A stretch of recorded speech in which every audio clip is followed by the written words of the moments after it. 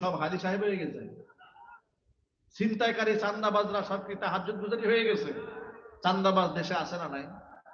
আরো যদি বলুন, রাস্তাঘাটে একটা ফুটপাতে ভ্যান নিয়ে এক বেচারা কিছু কলা নিয়ে বসেছেন, কিছু লেবু নিয়ে বসেছে, মুরগির একটু ডিম নিয়ে বসেছে, সেখানেও 50 টাকা চান্দা দাবি করে বসে আছে চান্দাবাজ। ঠিক কিনা বলেন? আহারে, আপনি এর কাছ থেকে চান্দা খাইলেন, অমুকের কাছ থেকে নিলেন 50 টাকা, এর কাছ থেকে 100 টাকা, আপনি দাবি করলেন যে এটা আমার রাস্তা, এখানে যারা বসবে সব আমাকে টাকা দিতে হবে। কেন ভাই, এই রাস্তা কি আপনার বাবার টাকায় হয়েছে নাকি?